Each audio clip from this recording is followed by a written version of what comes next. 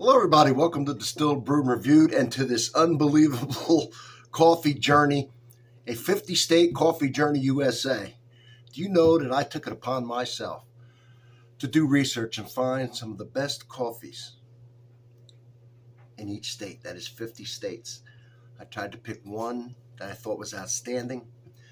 It took me 1 year to do that. And then it's taken me 1 year to post them all every Sunday, one a week. A 2-year coffee journey. This week, and I try and get unique and cool stuff. Man, I've learned so much doing the research for this series and tasting all these. It's been unbelievable. And today's not going to be no exception. We're doing New York, and so I picked the oldest. The oldest continuous coffee roaster in the country is Gillies out of Brooklyn, New York. The oldest. Started in 1840. They're on their 5th generation, still pumping out coffee. It's unbelievable. See this simple bag? You know why? Not much to it, is there? It says single origin Guatemalan. Tells you what estate it is, standard roast coffee, and gives you a born date. Freshly roasted. Look at this big old bag. One of the first ones to ever use a paper bag. The paper bag was invented in Brooklyn. Arbuckle was a guy making coffee, and prior to the paper bag, two things. One, most bulk coffee was sold in tins, and this guy said, I wonder if I could sell coffee in a 1-pound bag. Well, since colonial times, the only bag that was available was kind of a cone, and they would put stuff in a cone, right? A lot of times you see almonds now, like at the state fair, and then they'd fold the flap down. And that went from colonial times up until this company started making paper bags, right? Square bag made out of paper. And the first customer I ever had was the circus to sell peanuts in. And one of the other ones was this coffee guy who's no longer there, Arbuckles, in New York. And he wanted a square bag like this. You know, he wanted the sides gusset or whatever they call that, where it's folded. And they actually made a bag for him. So kind of a unique history coming out of New York for coffee. Anyway, I thought, what better coffee house to do than one that's 5th generation from 1840, the oldest one, not in New York, in the country. I don't know. Thought it was cool. I guess they're doing something right. I mean, I don't think you stay in business that long. So if you go online, there's a whole cool story about this place and, you know, how it just evolved and how it stayed in business all this time. Very interesting. They make great coffee, of course, well, we knew they would. Very simple, you know, the simple bag that they're still using, the simple explanation on there. I'll tell you, they sell a lot of wholesale. Like if you want to have your coffee made for you, you want to pick a coffee and put your own bag and your own label and everything else, have somebody else source the beans and either grind them or, you know, whole bean, roast them for you and everything like that under your label. They do that. They also do retail, of course. You see I have a bag here. They sell green beans if you want to roast them yourself. You want to buy them. They source them and everything. You can just buy them from them and instead of trying to make a relationship with some place who knows where. They already have those relationships. They'll get the green beans for you, and you can do your own thing with them. They sell teas, syrups, sauces, mixes, barista supplies. They sell it all.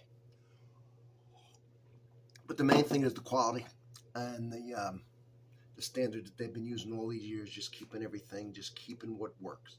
From the bag to the roasting, the whole 9 yards, to the family, everything, man. If it works, they're all about it. I can't say enough cool things about this place. Full of unbelievable cool reviews. And I've, having had several of their coffees now, I can tell you that they are delicious. Now, another thing I do besides finding unbelievably cool, and the oldest one in the country is cool. I mean, it's just cool. Coming out of Brooklyn, New York, it's just cool. I also then talk about a little bit about the state. And that's where you come in.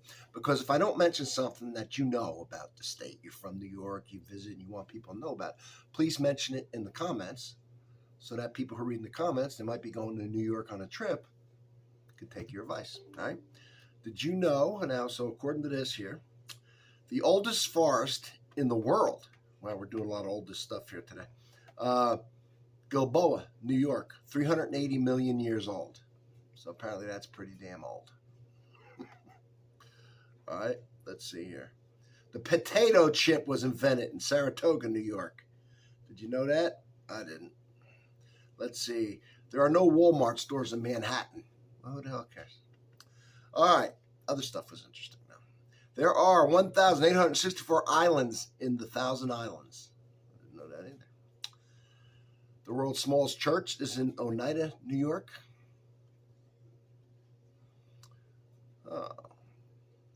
The General Electric plant in Chenek require the use of license plates on vehicles. They seem to be on the cutting edge of regulating the shit out of you. I mean, that's good. Adirondack Park is the largest state park in America. Because if it reminds me, and I don't mean to get... No, I'm just going to keep this positive. The New York Post is the oldest running newspaper in America. That thing has saved a lot of birdcage bottoms. Let's see. America's first pizzeria. Now there's something that I can get behind. Was opened in New York City. So, oldest coffee house in the country and first pizzeria. Two things to be proud of anyway. All right, see if there's anything else that's really unbelievable. 40 million gallons of water pour over Niagara Falls each minute. Okay. What else? Oh, the nickname for the Big Apple comes from horse racing. The prizes were called Big Apples. All right. Pinball was illegal in New York until 1976.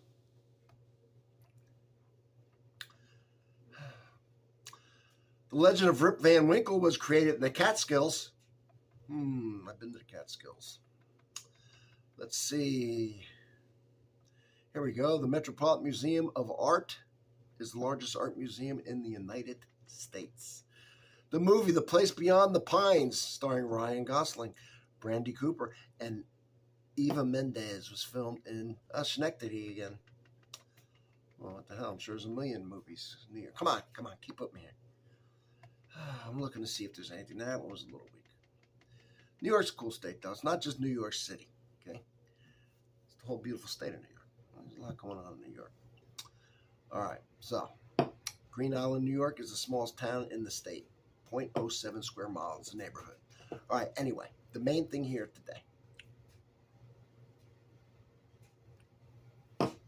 Philadelphia was at one point, but I think New York City was also the state capital. I mean, the country's capital at one time. Not sure about that, though. But I'm pretty sure it's sticking in my head. Cool place to visit. Upstate New York's beautiful. The city goes like this, ebb and tides. Sometimes it's okay, and sometimes you wouldn't want to step foot in it. But that's the city for you, right?